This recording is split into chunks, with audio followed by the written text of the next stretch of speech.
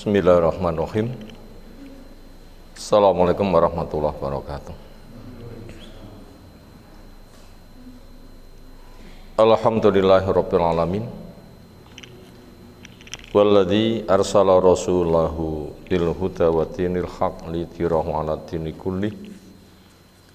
Fakafa billahi syahida. Wa asyhadu an la ilaha illallah wahdahu la syarikalah. Wa asyhadu anna Muhammadan abduhu wa rasuluh. Allahumma shalli ala Muhammad wa ala alihi wa ashabihi wa man tabi'ahum bi ihsanin ila yaumiddin. Ya ayuhan nas ittaqu rabbakum alladzi khalaqakum min nafsin wahidah wa khalaqa minha zawjaha wa bassa minhuma rijalan katsiran wa nisaa'a wattaqullaha alladzi tasaaluna bihi wal arham innallaha kana 'alaikum raqiba wa ba'd. Fa inna asdaqal hadisi kitabullah wa khairal hadyi hadi Muhammadin sallallahu alaihi wasallam. Syarrul umuri muhdatsatuha fa inna kulla muhdatsatin bid'ah wa kulla bid'atin dhalalah wa kulla dhalalatin finnar. Ayol ikhwah akramana subhanahu wa ta'ala. Insyaallah kita melanjutkan mengkaji kitab Aqidah Al-Wajiz oleh Fadilatul Syekh Abdullah Ibn Abdul Hamid Al-Athari hafizahullah subhanahu wa ta'ala.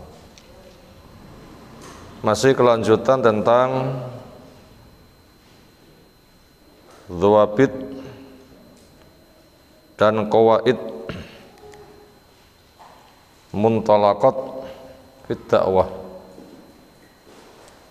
tentang kaidah, tentang landasan, tentang pengendali dan prinsip di dalam berdakwah.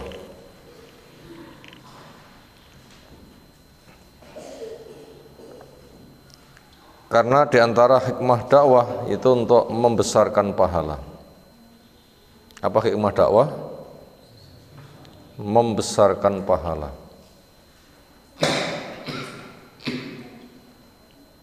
Orang mencari ilmu dibagi dua,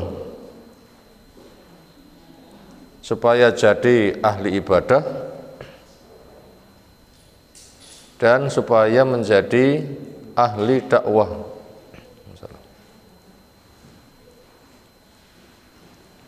Mencari ilmu untuk menjadi ahli ibadah itu seolah relatif dimudahkan. Ilmu, manhajnya benar, paham, beribadah, sudah mencapai sasaran.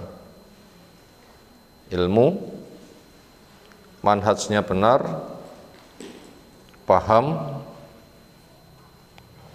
tambah ketaatan.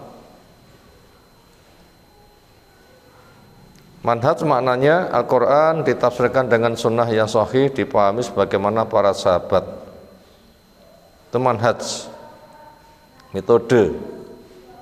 Sehingga Islam kita, akidah kita, ibadah kita, akhlak kita seperti Nabi bersama para sahabat, seperti salafus saleh, generasi awal yang dijamin soleh, itulah sahabat, tabi'in dan tabi'ut tabi'in. Ketika paham lalu tertarik beribadah, sehingga niatnya benar, cara pengerjakannya mengikuti sunnah, mati dengan istiqomah, itu mencapai sasaran insyaallah. Kemudian untuk ditingkatkan, karena setelah punya orang itu ingin lebih besar, karena butuh berkembang. Karena di antara tugas Nabi adalah untuk mentazkiyah kepada umat, mengarahkan masyarakat supaya berzakat Kenapa zakat nih? Enggak semata zakat itu mengeluarkan harta. Enggak semata zakat itu punya jiwa yang suci. Tapi zakat di dalam pembahasan global adalah bersih dari halangan, sehingga tumbuh berkembangnya mekar dengan cepat. Artinya zakat itu untuk membesarkan fadilah.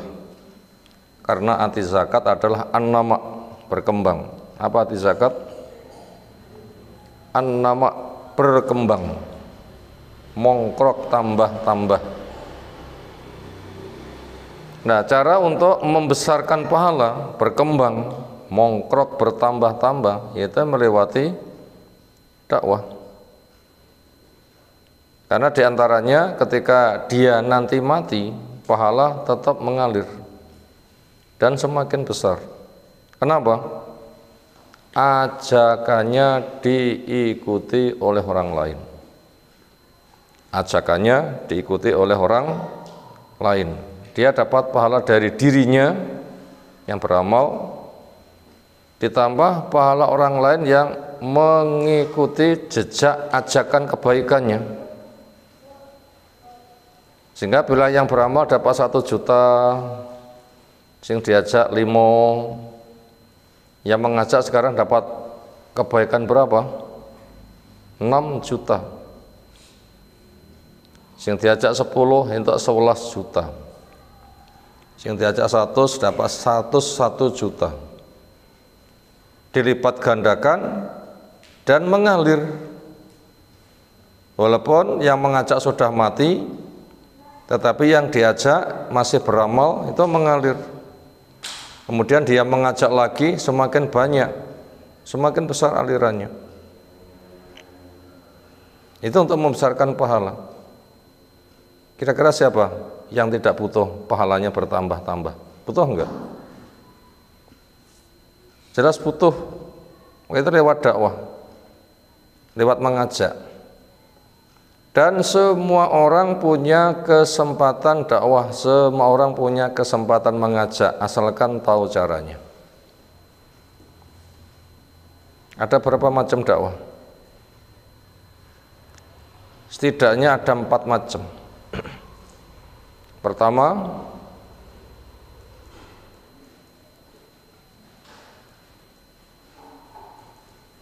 membacakan, menjelaskan, dan menjadi kepeloporan. Membacakan, menjelaskan, dan menjadi kepeloporan. Sekira ini bisa, ini terbaik. Sehingga dia membacakan Quran, membacakan sunnah, membacakan syarahnya. Ketika sudah dibacakan, dijelaskan apa isinya. Kemudian dia menjadi pelopor. Sekira bisa, itu terbaik. Bila tidak bisa, nanti yang kedua. Ketika nggak bisa membacakan, tapi bisa menjelaskan. Karena punya pemahaman, bisa menjelaskan karena punya pemahaman. Nah, pemahamannya disampaikan kepada orang. Ajak itu dakwah. Tentunya dia tidak lupa untuk menjadi pelopor. Ngajak ya ngelakoni. Itu yang kedua, yaitu menjelaskan dan mempelopori. Dan seolah masing-masing dari kita bisa. Lalu yang ketiga, apabila menjelaskan juga belum bisa, yang ketiga adalah mendukung dan mempelopori. Mendukung dan mempelopori. Jadi ada kebaikan, kita ajak orang lain, mari kita dukung Dan ketika sudah paham kita kerjakan. Setidaknya dengan mengatakan, ayo ngaji, tak barengi. Lalu mengingatkan dan semisalnya. Nah, bisa kan? Lalu yang keempat, hanya sebatas mengisyaratkan. Ada orang tanya, di mana ada kajian? Oh, di sana. Itu termasuk dakwah. Walaupun dia belum datang. Kenapa belum datang? Ya mungkin sedang sibuk. Sedang sibuk. Mungkin sedang sibuk bekerja karena waktunya benturan, senada dengan itu. Dan untuk mensejajarkan nilai, kenalilah kebaikan dan cintailah. Itu nanti akan disejajarkan nilainya. Kenalilah kebaikan dan cintailah. Kenali kebaikan dan cintailah. Ketika sudah kita kenal kebaikan, kita mencintai, kita nanti bisa mengandai. Wah, luar biasa. Andaikan saya bisa seperti itu, juga akan berbuat seperti itu. Disusul enggak itu pahalanya? Disusulkan. Masya Allah, Allahu Akbar. Andaikan saya punya kemampuan seperti itu, saya akan berbuat seperti itu. Disusulkan nanti pahalanya.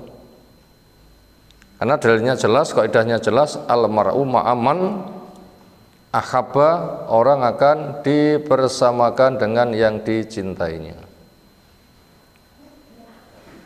Orang akan dibersamakan dengan yang dicintainya. Makanya tidak salah dan Allah tetap adil ketika orang diberi kondisi berbeda-beda.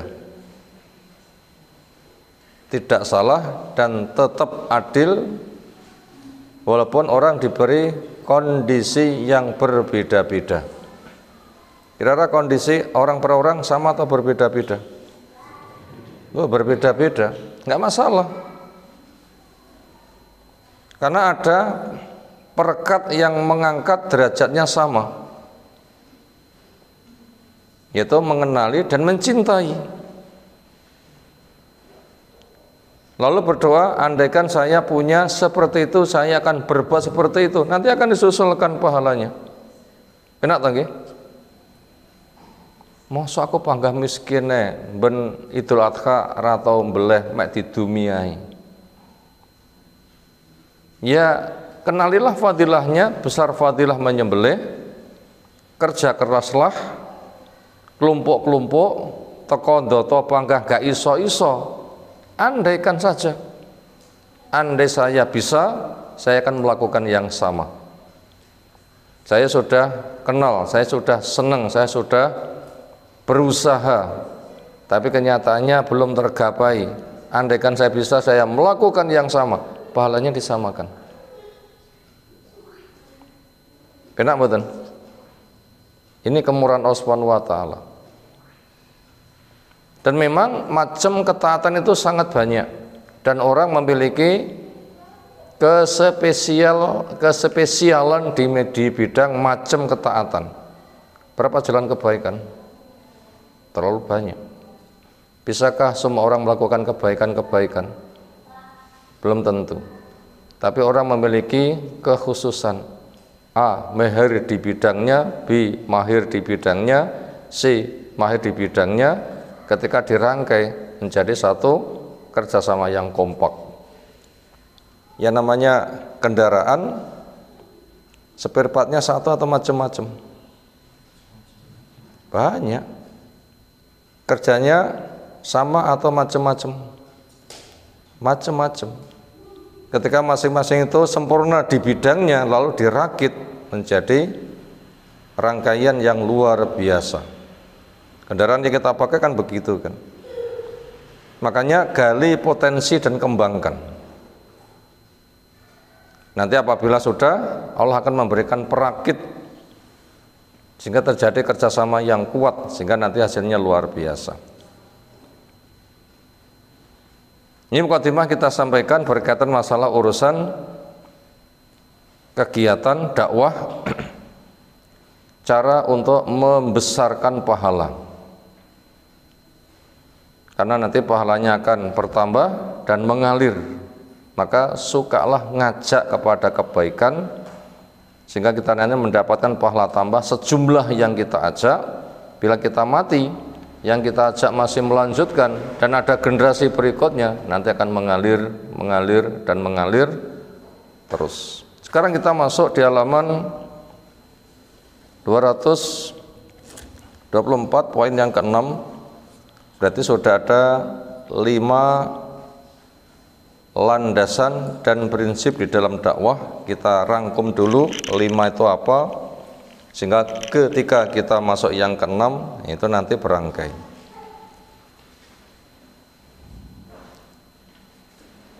Yang pertama, besarnya pahala orang yang mengajak. Tidak ditentukan oleh hasil, tetapi semangat mengajaknya. Ini yang pertama. Besarnya pahala berdakwah, pahala ajak-ajak, dan tidak dituntut yang diajak harus mau. Yang penting ngajak terus dan ngajak terus. Kalau kita dituntut wong kudu gelem, berat enggak? Adakah ngajak mesti gelem? Enggak ada. Enggak ada. Nabi Nuh, anak bojone yang enggak sejalan. Kurang nopo niku. Secara bekal kayak enggak ada kurang. Nabi Ibrahim, bapaknya juga enggak mau. Nabi kita, sang paman Abu Thalib yang sangat mencintai, lek perlu ngungkuli cintanya pada Nabi lebih daripada kepada anak-anaknya, juga matinya tidak di dalam ketauhidan. Dan orang yang musyrik jumlahnya sangat banyak sekali. Ini memberitahu kepada kita, kita tidak dituntut hasil kerja, tapi kita dituntut kerja keras. Apa? Mengajak. Walaupun akhirnya juga enggak duwe wong sing gelem dijak, bahkan dimusuhi. Apa semua nabi mesti punya umat? Apa semua nabi itu matinya biasa? Ada nabi gak punya umat, bahkan matinya malah dibunuh oleh umat. Bahkan pembunuhannya mengerikan. Anak sing digeraji sigar brak dadi 2, anak sing dikuliti cepot kuliti. Hidup-hidup. Itu tadi kaidah yang pertama. Landasan pertama, pengendalian pertama, prinsip pertama. Yang kedua, supaya bekerja keras selalu ilmu itu diperdalam. Jangan sampai salah manhaj, salah metode. Makanya yang kita pegang ilmu itu adalah seperti salafus saleh. Al-Quran ditafsirkan dengan sunnah yang sahih, dipahami, diamalkan seperti para sahabat. Ini yang kedua, itu harus kita pegang. Itu tidak boleh salah di dalam keilmuannya. Makanya harus diperdalam terus. Yaitu ilmu kita seperti ilmunya salafus soleh. Yaitu Al-Quran ditafsirkan dengan sunnah yang sahih, dipahami, diamalkan sebagaimana para sahabat. Sehingga tidak nambah, tidak mengurangi, tapi apa adanya. Quran sekarang ya Quran tempo dulu, sunnah sekarang ya sunnah tempo dulu, akidah kita sekarang ya akidah tempo dulu, ibadah kita sekarang ya ibadah orang tempo dulu, akhlak kita sekarang juga akhlak orang tempo dulu, sehingga agama tidak mengalami perubahan. Makanya bila kita dakwahkan, kita nanti bebas resiko. Bila nganti ngowai terus ditutne wong, berapa nanti dosanya? Ngowai tutne wong, berapa dosanya? Oh, gak karu-karuan nanti dosanya. Itu yang kedua. Yang ketiga, berambisi terwujudnya kekokohan kaum muslimin, bersemangat bekerja keras untuk mewujudkan kokohnya kaum muslimin. Yang ketiga, berarti bekerja keras, punya ambisi, niat kuat. Semoga kaum muslimin dari masa ke masa kokoh, dan itu satu dan satu-satunya. Apakah pernah terwujud di sebuah masa kaum muslimin macamnya satu dan itu satu-satunya? Apa pernah ada? Pernah, kapan? Nabi selama masih hidup, sahabat wahyu masih turun. Itu betul-betul kokoh dan itu satu-satunya. Enggak ada pesaingnya. Itu yang harus kita pegang. Karena ketika Nabi setelah meninggal, lalu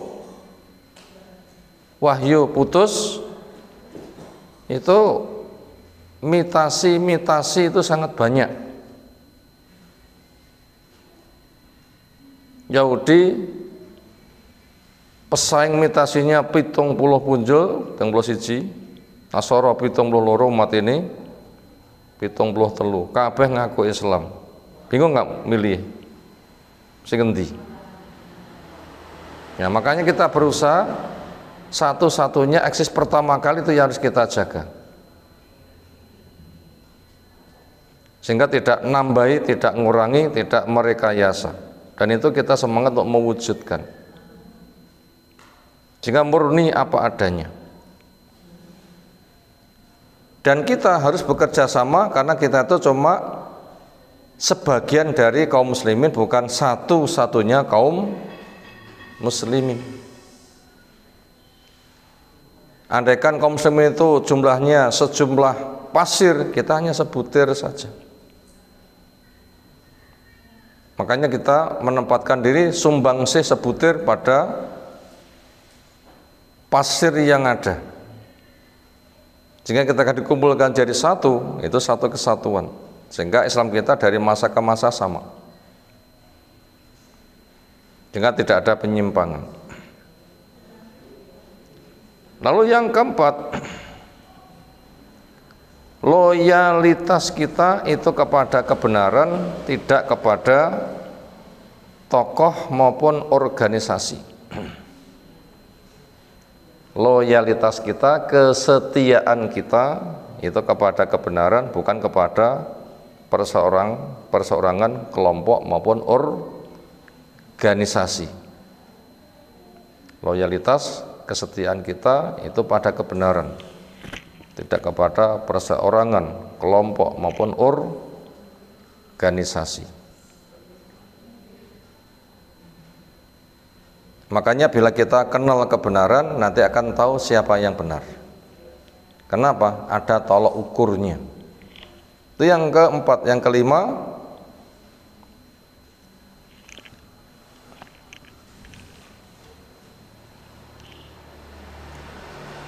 mewujudkan ta'awun. Mewujudkan ta'awun.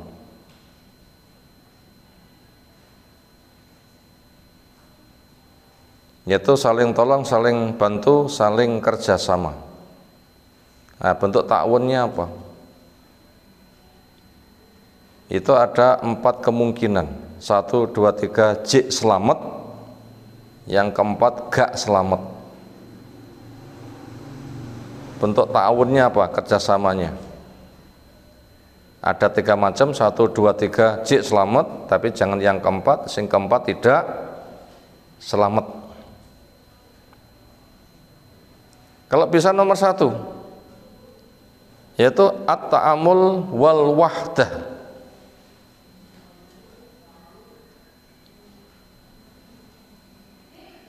Semangat kerjasama dan menjadi satu.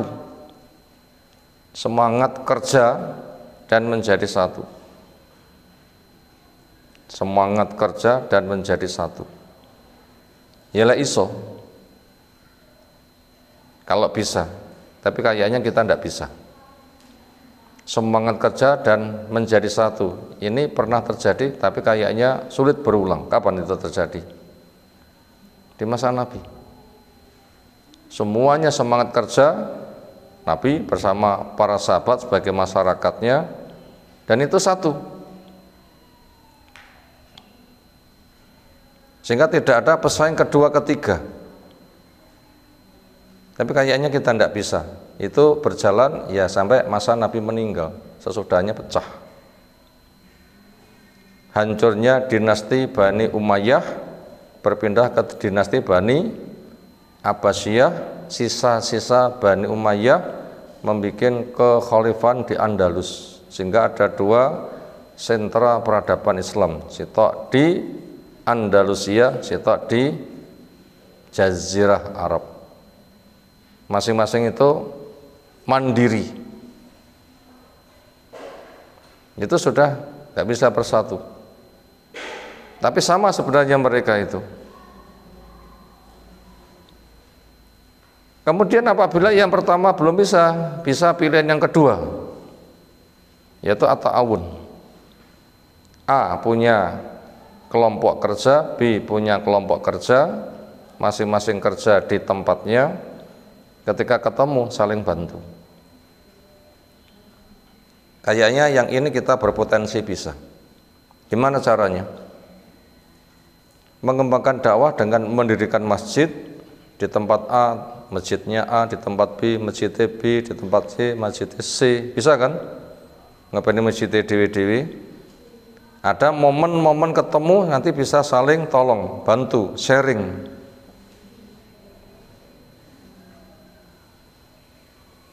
Sini punya kelebihan, bantu sono, sono punya kelebihan kini kurang, bantu sini, dan sebagainya. Bantuan itu mungkin tenaga pengajarnya atau yang diajari atau materi, kan bisa kan saling tolong menolong. Mungkin ustadznya sedang sakit, mungkin dari masjid kamu ada ustadz yang longgar diminta untuk ngisi di sini, nah, bisa kan? Di sini kami kekurangan murid, mungkin di sana yang sedang daftar melimpah, nanti supaya diterima saja untuk pengelolaannya kami yang mengelola, bisa kan?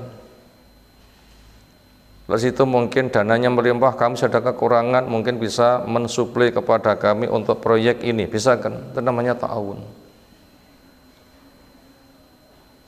Apabila yang kedua tidak bisa, yang ketiga masih selamat, apa? Ta'ayus. Napa ta'ayus? Urip dewi-dewi. Di sana ya openono dewi, di sini juga tak openi dewi. Itu masih bisa seperti itu.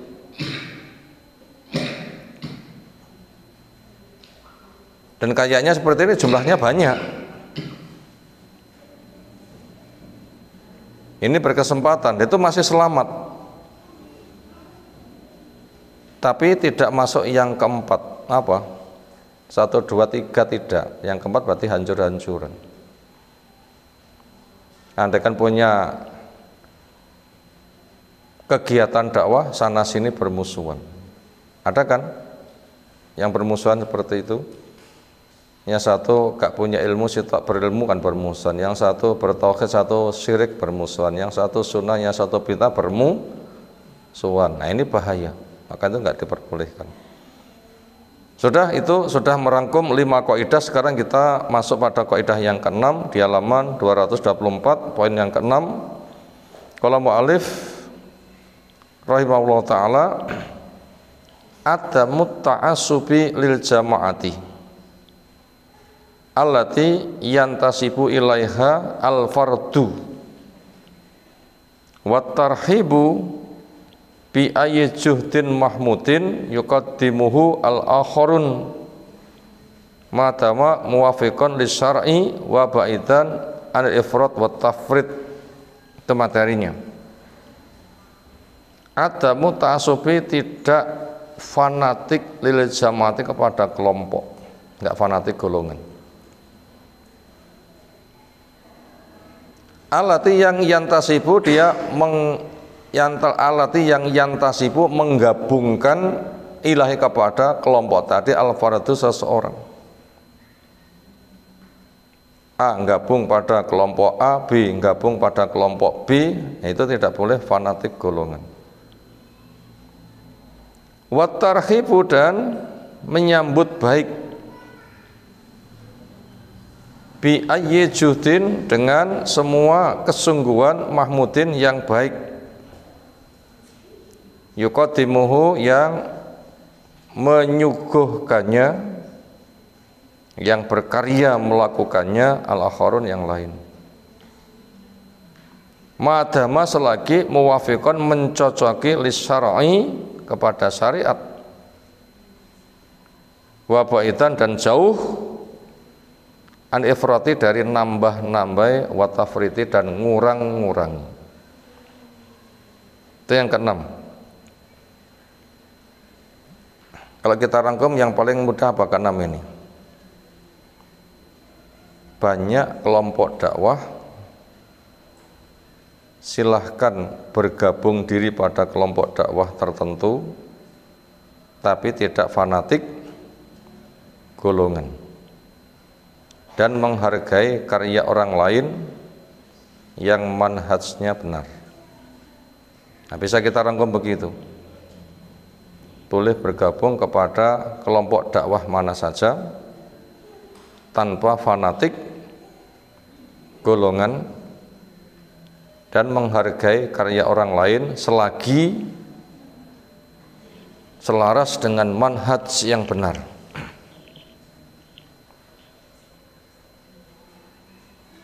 Tipe yang keenam, potensi kelompok dakwah satu atau banyak? Banyak sekali. Sebanyak jumlah masjid, ngaten nggih? Berapa jumlah masjid di Indonesia? Israel namanya kelompok dakwah. Karena mendirikan masjid untuk sholat, untuk menyampaikan ilmu, untuk dakwah kan. Di masjid ada pengajiannya, di masjid ada khutbah, di masjid ada tausiahnya, itu kan dakwah kan. Berapa kelompok dakwah? Gak karu-karuan.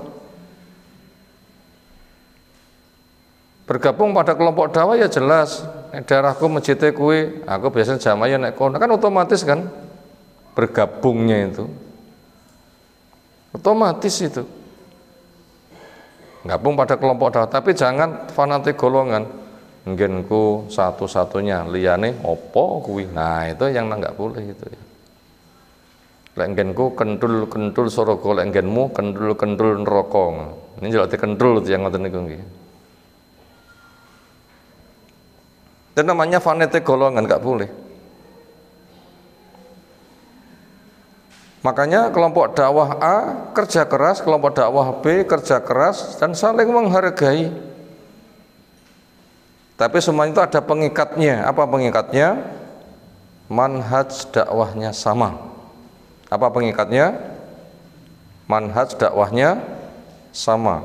Di masjid A mengajarkan Quran, ditafsirkan dengan sunnah yang sahih, pemahaman sahabat, ya sudah, sama kalau begitu. Di masjid B juga sama, mengajarkan Quran, ditafsirkan dengan sunnah, dengan pemahaman sahabat, sama. Di masjid C semuanya sama. Sehingga ketika saling ketemu, saling bantu, tolong, tukar info, sharing, dan macam-macam, gak masalah yang seperti itu. Tapi lek fanatik golongan cetok ega, pengen nggak boleh kalau gitu fanatik golongan. Itu poin yang keenam. Dan ini kita sangat berpotensi. Makanya orang itu ketika berdakwah itu memiliki masjid mandiri, itu yang paling bagus. Punya masjid mandiri yang paling bagus. Pertama, memang diperintahkan membangun masjid, diperbanyak, karena ada himbauan man bana masjidan bana ulau baitan fil jannah, sapa sing bangun masjid akan dibangunkan rumah di surga. Dan potensi bangun masjid itu kan ada kan dananya. Mungkin 180 juta, mungkin 250 juta. Bila masjid yang kelasnya sederhana kan bisa kan. A punya wakaf tanah Tinggal mendirikan masjid, siapa yang bisa menyalurkan dana atau dibangun dewi. Bangun dewi dananya apa? Loh, Nabi dibangun dewi dananya nggih murah. Napa masjidnya Nabi modelnya? Tanah diratakan, kayu-kayu ditata keliling, iyup-iyupe napa? Lepah kurma, lek kita sami napa iyup-iyupe? Barat pangane wawung yentek blarak ilang. Napa iyup-iyupe? Ya terpal engko 3 sasi pisan diganti. Cepena ta nggih terpal-terpal 3 sasi pisan diganti. Atau yang sawah godhong-godhong tebu digapit ngoten nggih, jenenge napa? Datuk digapit jenenge napa? Welit. Malah seger anyep itu, malah alami. Mungkin setahun pisan bisa diganti, kerjasama. Jadi selalu punya kegiatan. Pernah jumpa enggak masjid di Jawa Timur ini kelilingnya itu pring, iyup-iyup begitu, welit? Pernah mampir belum di masjid kayak begitu? Ya pernah nih Mojokerto.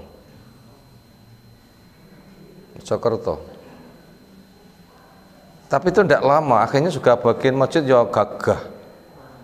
Andai kan nggak punya masjid gagah, cukup itu.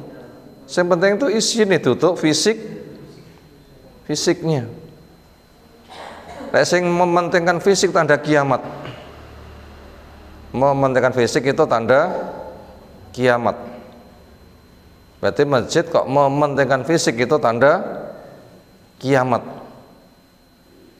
Kenapa? La taqumusah hatta yatahbanu bil masajid.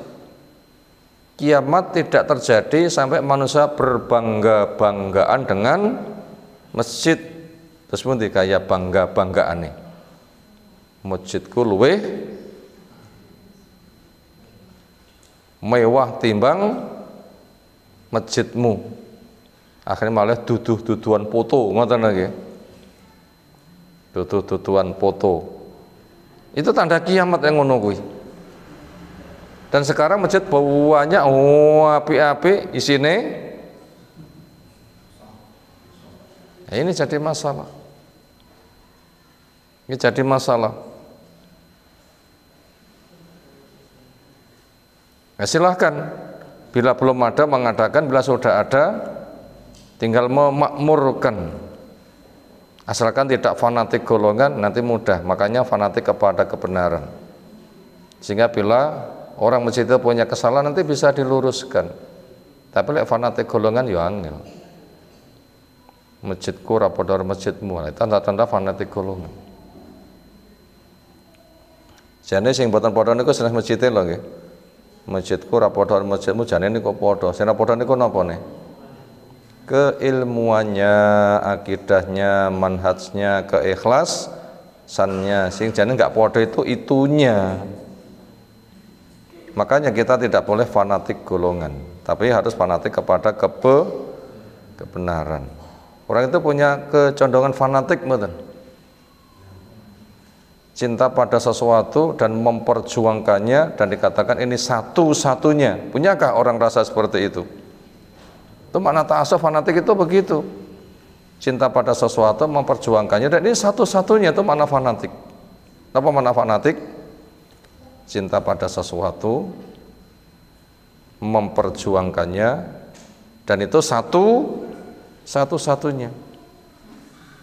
Jadi cinta, berjuang, dan itu satu-satunya. Ada 3 unsur, itu fanatik. Itu boleh fanatik seperti itu, cukup dengan Islam kepada yang hak. Karena inna dina indallahil Islam, itu kita wajib fanatik. Itu namanya cinta karena Allah, benci karena Allah. Makanya rasa fanatik kita masing-masing kita itu punya ke situ. Bukan fanatik kelompok, bukan fanatik keluarga, bukan organisasi, bukan marga, bukan kelompok-kelompok yang lain, nah bukan. Ini penting ini, karena yang merusak umat itu adalah bukan kuatnya musuh, yang merusak umat itu bukan sarana umat, tetapi yang merusak umat adalah kerapuan umat. Doa Nabi ada 3, 2 dikabulkan, 1 enggak. Apa doa Nabi 3, 2 dikabulkan, 1 enggak? Supaya umat tidak hancur gara-gara kuatnya wong kafir. Ya, Islam nggak bakal hancur gara-gara wong kafir kuat. Kenapa? Islam yang melindungi Allah. Mana dalilnya? Yuriduna liyutfi'u nurallahi bi afwahihim wallahu mutimmu nurihi walau kariha al musyrikun. Wong-wong kafir pada ingin memadamkan cahaya Allah, agama Allah dengan mulut-mulut mereka. Apa jaminan Allah?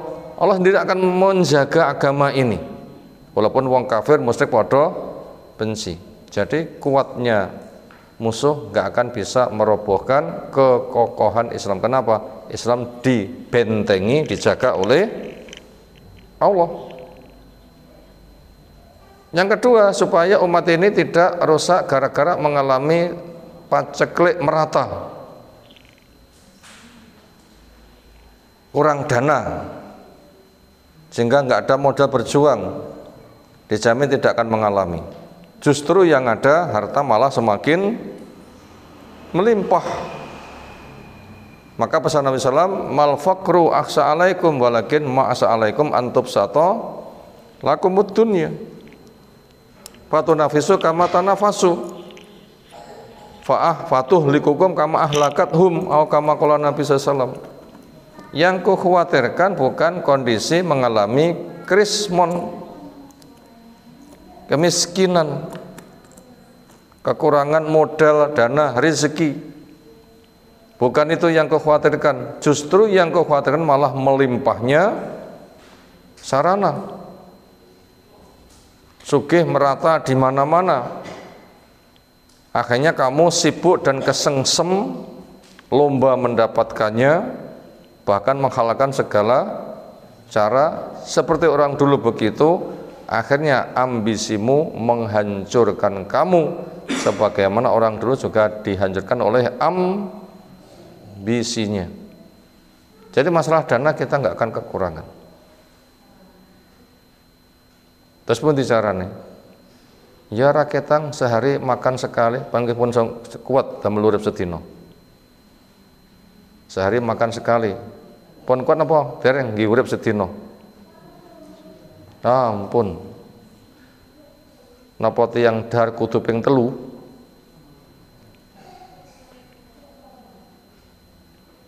Kayaknya makan itu maksimal cukup 2 kali. Kapan? Ghidha dan asya. Ghidha niku sarapan, asya niku makan malam. Ghidha niku kapan? Jam? Ayo, ghidha niku sarapan jam 1 sengengeng glewang niku ghidha. Bila kita lihat definisi ghidha adalah ta'amun yutakhadhu inda awalin nahar. Prakteknya selepas duhur. Kapan asya? Ya bisa sebelum isya, pol sampai isya. Apakah pagi seperti ini butuh fatur? Fatur niku napa? Makanan yang dimakan awal pagi. Enggak butuh. Jam 5 sampai jam 8 badan itu sudah mengeluarkan semua potensi tenaga yang dibutuhkan. Tinggal menyalurkan untuk kegiatan. Zuhur itu baru mulai bekerja. Itu bila kita beri masukan. Kira-kira kita makan belum dikunyah, pantas enggak disuapi lagi? Pantas enggak? Makan masih dikunyah belum ditelan, pantas enggak disuapi lagi? Nggak pantas. Jadi pagi itu sudah Allah keluarkan dana, tinggal menyalurkan kegiatan. Baru selepas zuhur itu mulai bekerja mengolah makanan. Sekitar maghrib itu juga memberikan pasok untuk diolah makanan. Nanti waktunya malam itu badan meresap. Kapan? Penyerapan makan yang diolah untuk diserap sari-sarinya. Jadi gula digudangkan jam pinten niku? Sekitar jam 10-an. Makanya ketika jam 10 tidur itu makannya 3 jam sebelumnya. Jam pinten? Hampir itu selesai makan, lah iso lah. Sehingga jam 10-an itu tinggal menyerap sari-sari makanan dikelumpukne esuk-esuk disuguhne untuk bekerja. Niku teori kesehatan ngoten niku. Sehingga tidak bagus mau tidur makan, nggak bagus selepas subuh makan. Kenapa? Mau tidur makan itu tinggal menyerap tapi mengolah, badannya nggak istirahat.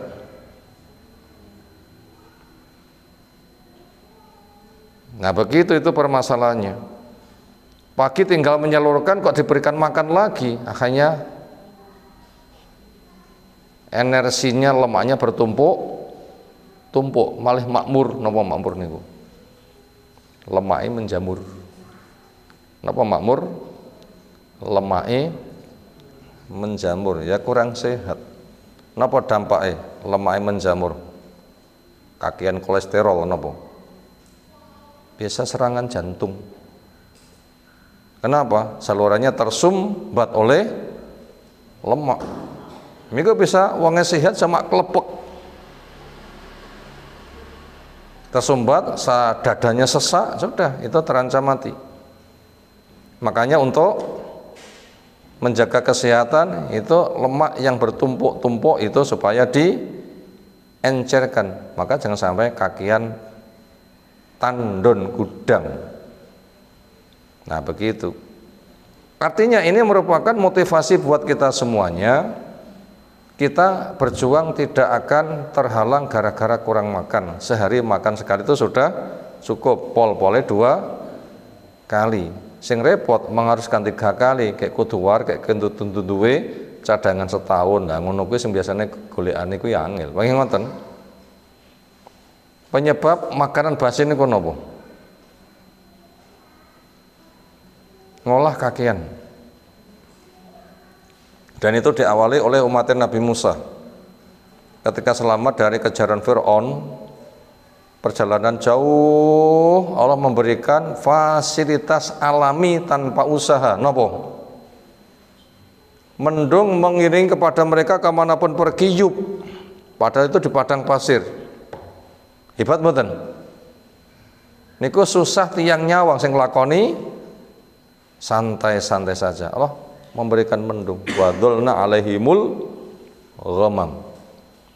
Makanannya ada almana dan juga ada as-salwa. Almana niku napa? Kayak kabut lalu lengket di permukaan, ketika mengering dikelontroki. Itu manis kayak madu. Gratis. Arek nglontroki. Salwa niku napa? Burung lemu-lemu kutuk semisal gemak. Dan airnya tinggal memukulkan tongkat ada di mana-mana. Itu tanpa usaha manusia, Allah sudah sediakan. Itu perjalanan Nabi Musa bersama umat tempo dulu, fasilitasnya itu. Kemudian menyebabkan basi, ada pesan, lek nyekel manuk ojo akeh-akeh, sak cukupe dimakan hari itu. Saking senenge nyekel, pantese 3 kilo cukup, nyekeli pinten? 4 kilo, sing 2 kilo rantai. Nah, itulah basi. Itulah nafsu yang harus dikendalikan. Makanya orang itu kadang berjuang merasa berat, alasannya nggak cukup. Yang tidak cukup itu bukan model berjuang, tapi nafsu serakahmu yang tidak pernah cukup, nggak pernah puas. Ya diri sendiri. Makanya doa Nabi yang kedua dikabulkan, yang ketiga yang tidak dikabulkan. Tadi yang pertama musuh tidak akan bisa merusak, yang kedua tidak akan kekurangan dana, yang ketiga enggak dikabulkan. Apa? Masing-masing dikuasai nafsu dan egois fanatik. Masing-masing dikuasai nafsu, egois dan fanatik. Akhirnya A menomorsatukan A, B menomorsatukan B, enggak mau rukun, akhirnya sikut-sikutan. Nah, ini yang menjadi masalah. Makanya kita harus menjauhi pantangan seperti itu. Makanya kaidah yang keenam adalah dihilangkannya fanatik kepada golongan. Sekarang kita masuk pada yang ketujuh. Al-ikhtilafu fi furu'is syariah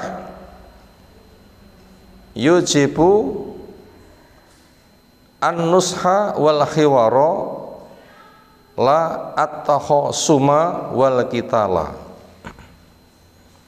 Al-ikhtilafu adanya perbedaan fi furu'is syariati di dalam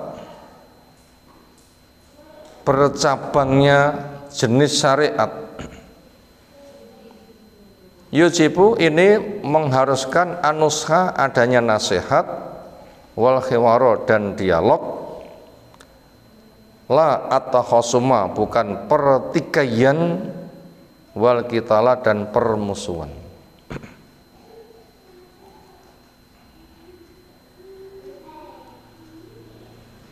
Ini kalau kita ringkas apa kira-kira bahasanya?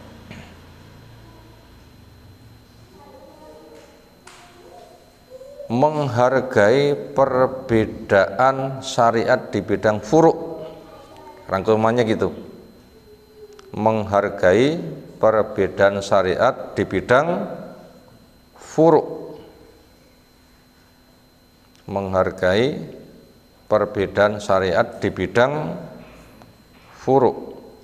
Nanti ada perbedaan syariat, tapi itu bagian furu', bagian cabang. Itu hargailah.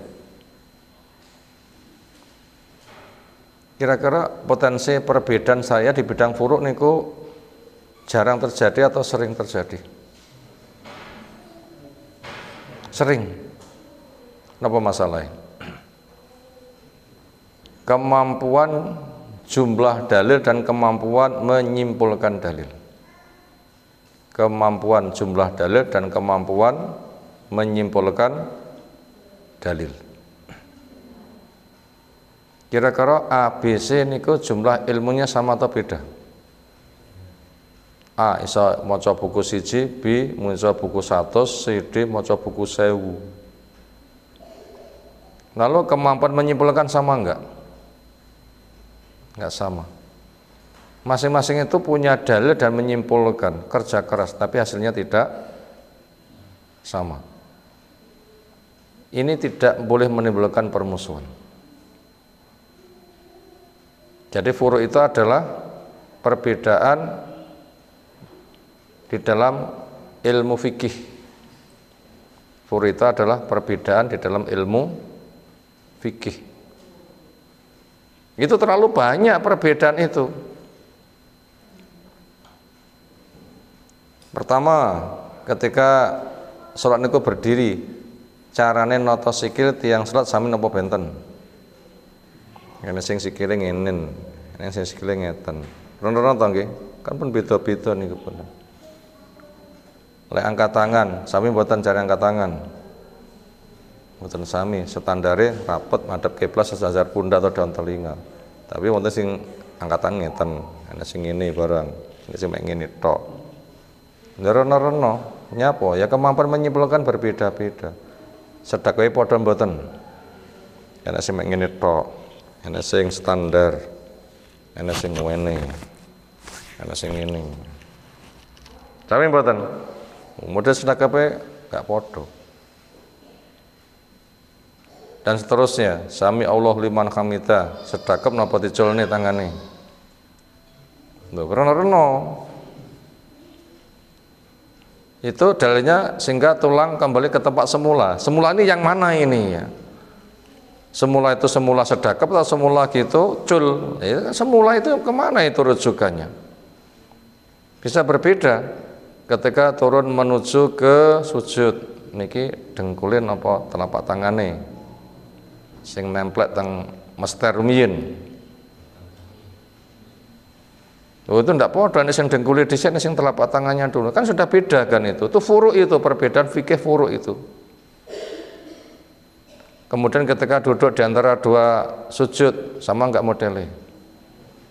Yang satu iftirash, satu ika'a. Iftirose kadang modelnya ya reno-reno. Dan semisalnya, sholat yang hanya 2 rakaat, padha napa beten? Bisa berbeda. Sitok kaya tahiyat akhir, sitok kaya tahiyat awal. Dan seperti itu di dalam sholat saja berapa itu jumlah perbedaannya. Ini belum semua kita ungkap ini. Bila kita ungkap lagi terlalu banyak. Kira-kira satu sholat saja itu perbedaannya itu bisa buku besar itu loh ya. Untuk menunjukkan jenis-jenisnya. Itu namanya ikhtilaf fi furu'is syariah. Perbedaan di dalam praktek pelaksanaan fikih. Maka untuk kasus itu yang ada itu adalah nasihat dan diskusi, bukan pertentangan. Termasuk kita masuk ke masjid ada kunut subuh. Ada kunut subuh, itu harus dicek dulu. Terus menurut hukum kunut subuh. Bisa ditoleransi napa bid'ah total. Kunut subuh bisa ditoleransi atau bid'ah total. Terus menurut jawab. Fatwa pun juga bisa berbeda-beda di kasus itu. Apabila itu bisa ditoleransi, itu ada uraiannya. Gimana uraiannya? Uraiannya ditanya, yang mendorong kamu kok mesti kunut subuh apa? Bila menjawab, enggak, diarani subuh lera kunut. Nanti dalile gak enek mbae ngono. Dilacak dalile ndak ada. Ini yang baru tidak usah dikerjakan. Akhirnya diluruskan. Nyapa panggah kunut subuh? Lah aku maca tafsir Imam Syafi'i ketika menafsirkan ayat hafidhu ala sholati wa sholatil wusta wa kum lil qanitin. Jaga semua sholat dan wusta. Imam Syafi'i menerjemahkan wusta niku subuh. Jaga semua sholat, ekstra dijaga subuh di situ supaya kamu mengadakan kunut. Ditafsirkan di situ ada kunut subuh, di situ permasalahannya. Tafsiran wusta itu dengan apa? Subuh. Ini ilmiah di dalam ilmu tafsir. Kalau itu alasannya ditoleransi. Ditoleransi. Makanya yang ada itu khiwar. Napa khiwar niku? Diskusi. Nyapa alasanmu? Ada alasannya dihargai, enggak ada alasannya diluruskan. Bukan namanya pertentangan dan permusuhan. Ini kaidah dakwah. Di balik itu orang bertindak itu bukan semata benar salahnya, tapi juga ada pilihan sama-sama salah. Ada juga bahaya-bahaya yang mengancam. Bila memang tidak ada halangan-halangan, standar benar ya benar, titik. Tapi apabila ada masalah-masalah, nggak ada pilihan baik kecuali pilihan itu adalah salah kabeh. Makanya bisa ditempuh salah yang lebih ringan untuk menghindari salah yang lebih besar. Di balik itu juga ada langkah apa? Menolak mudarat lebih dikedepankan daripada mengambil manfaat. Maka itu lihat kondisi yang sedang berkembang. Maka kalau fatwa hal haram itu lebih mudah. Daliling ini fatwa ini kok mudah, tapi penerapannya ada kondisi-kondisi penuh mudarat yang nggak bisa dihindari, maka terpaksa menempuh mudarat, cuma golek mudarat yang luwih kecil, bukan dipertahankan, tapi untuk mengendalikan kondisi ke depan itu harus dihilangkan mudarat. Kenapa? Orang berjuang itu berproses. Sekali gebrak sempurna apa berproses? Sekali gebrak sempurna apa berproses? Siapa sekali gebrak sempurna?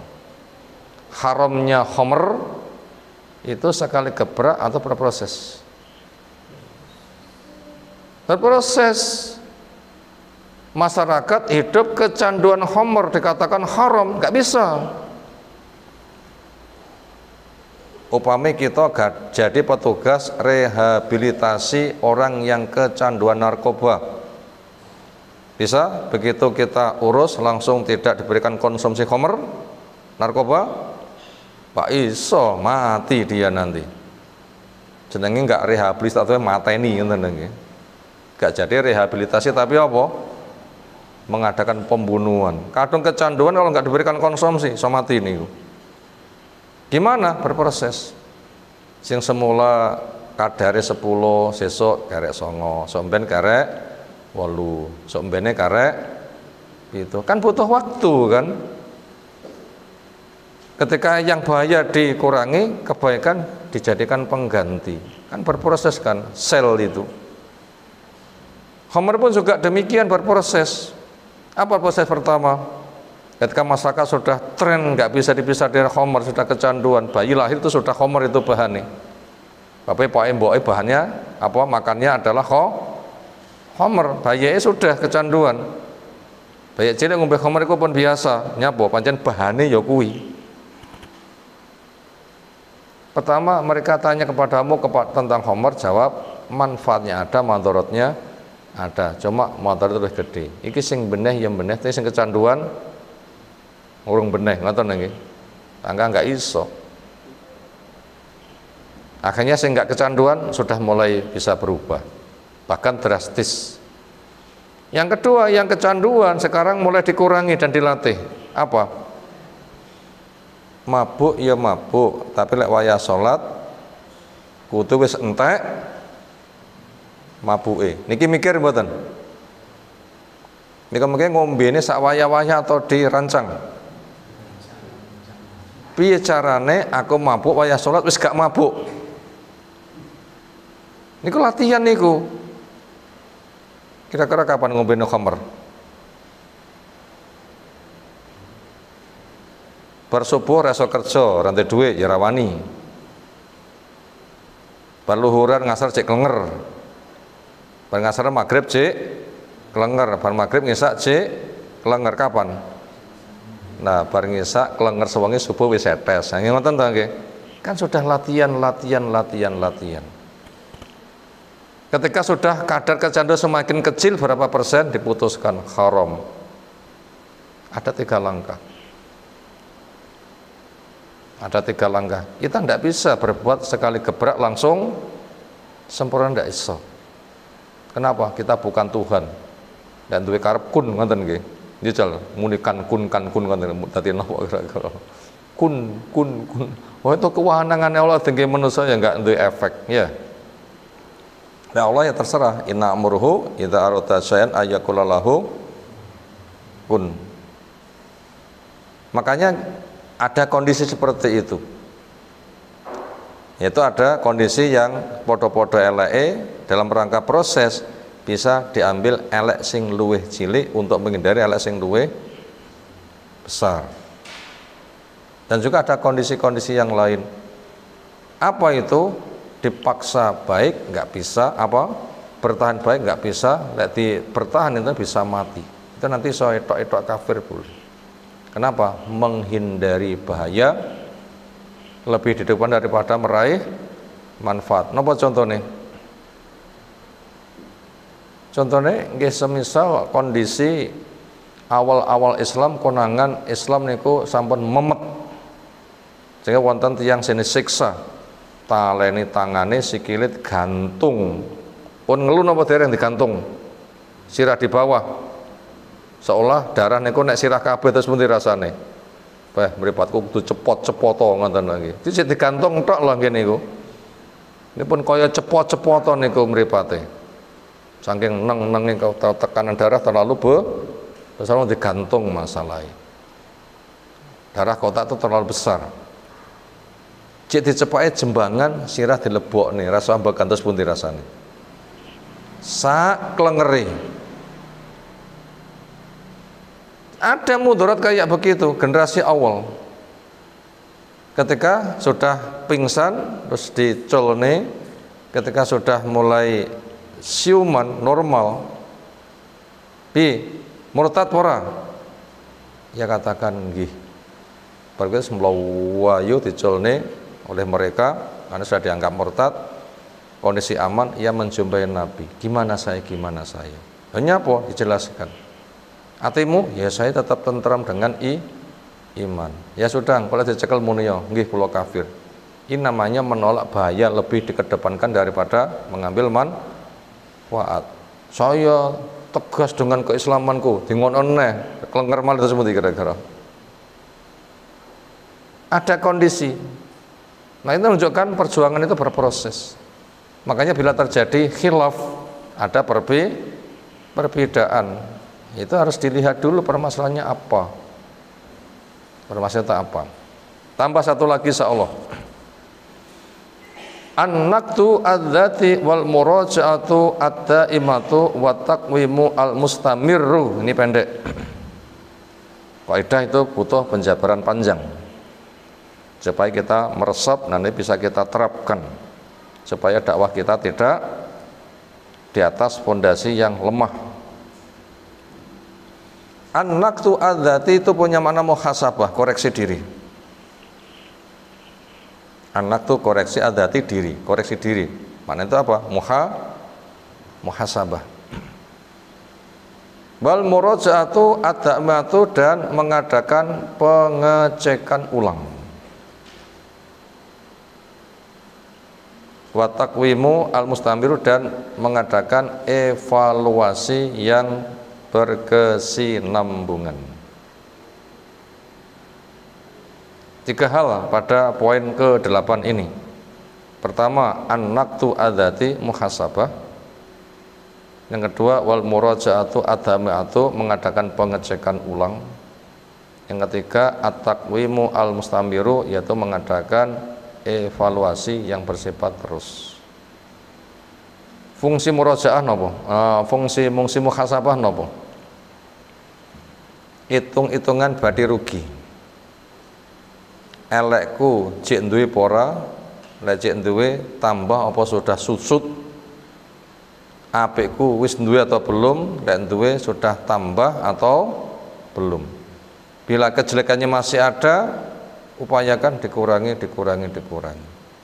Kejelekannya masih sedikit, ditambah. Dan kita selalu diajari untuk muhasabah. Kapan kita diajari muhasabah? Minimal sholat 5 kali. Selepas sholat ada astagfirullah. Ini muhasabah mboten? Napa hikmah muni astagfirullah? Kelingan cek duwe salah ki minta ampun ya Allah. Selepas subuh sampai zuhur salahku ini astagfirullah. Sampai sholatnya cek banyak salah. Itu kan muhasabah kan itu. Demikian juga subuh sampai zuhur apikku kok belum berkembang. Kok masih sedikit, minta ampun. Itu setiap ada astagfirullah, salam, sholat wajib, itu kan muhasabah kan. Mau tidur, muhasabah total. Sejak bangun tadi sampai sekarang gimana? Koreksi total. Termasuk kita diperintahkan memperbanyak istighfar, berdiri, duduk maupun berbaring. Kan selalu kan muhasabah itu. Sehingga tujuan nanti kita bisa memantau kekurangannya terpantau untuk dibenahi, kebahagiaannya terpantau untuk ditingkatkan. Berdakwah harus begitu, meningkat terus. Kedua, murajaah ad-daimatu mengadakan pengecekan ulang yang bersifat kontinu terus. Makanya termasuk kita menyimpulkan sebuah fatwa, koreksi lagi, saya menyimpulkan fatwa saya tulis ini ada kekurangan atau kelebihannya. Itu banyak seperti itu.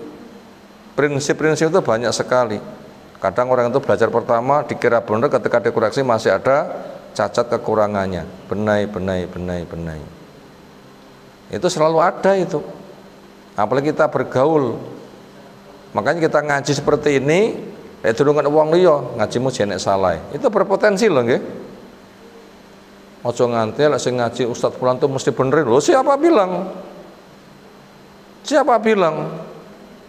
Gak bisa. Saya Albani saja masih sebenarnya dituduh bid'ah juga lah ya. Ya mungkin itu sebagai pakar lah ya. Masih dituduh apa? Bid'ah juga. Dua orang, saya bin Bas Albani, ini pernah nggak ada tuduhan kamu masih bid'ah? Nggak ada. Tadi itu pakar itu ya. Apalagi kita. Kenapa? Ijtihad masalah.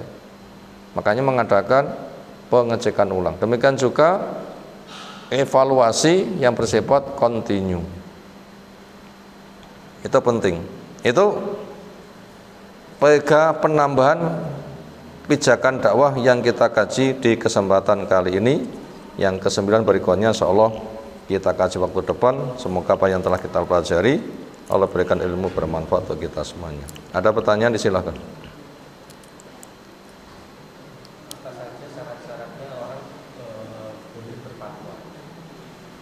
Apa saja syaratnya orang-orang boleh berfatwa? Jawabnya, pertama, lihat lingkungan.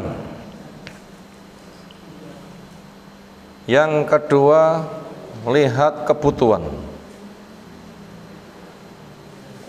Kalau lingkungannya pribadi,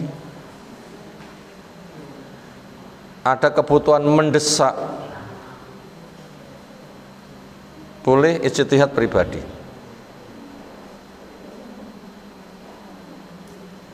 Apa sholat renek banyu,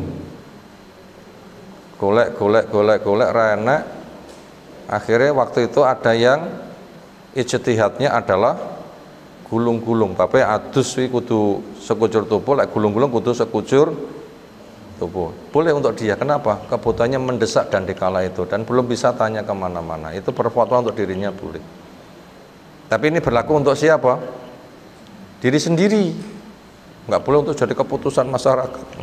Nggak boleh jadi keputusan masyarakat.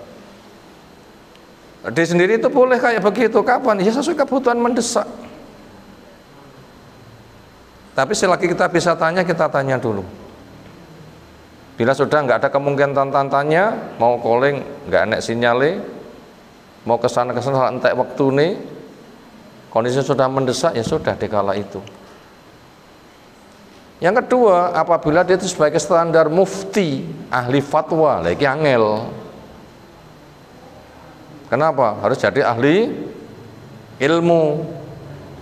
Apa syarat jadi ahli ilmu?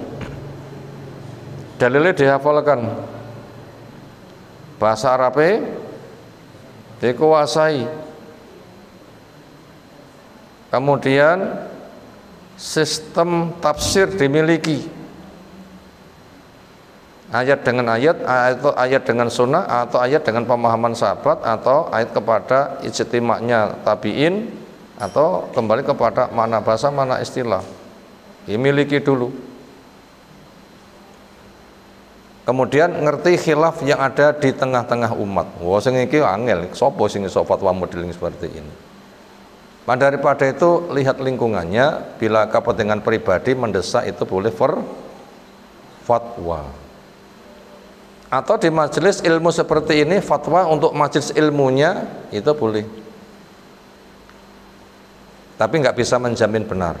Makanya majelis ilmu ABC kadang fatwanya berbeda-beda. Kenapa? Sesuai dengan kemampuan dan apa yang sedang dibutuhkan. Tinggal itu nanti di bidang apa. Yang paling banyak kita ada sepertinya urusan pribadi mendesak, belum bisa bertanya. Di kala kondisi mendesak itu boleh berfatwa, tapi bersifat relatif. Apalagi demikian kita sampaikan. Subhanakallahumma bihamdika asyhadu an la ilaha illa anta astaghfiruka wa atubu ilaik. Assalamualaikum warahmatullahi wabarakatuh.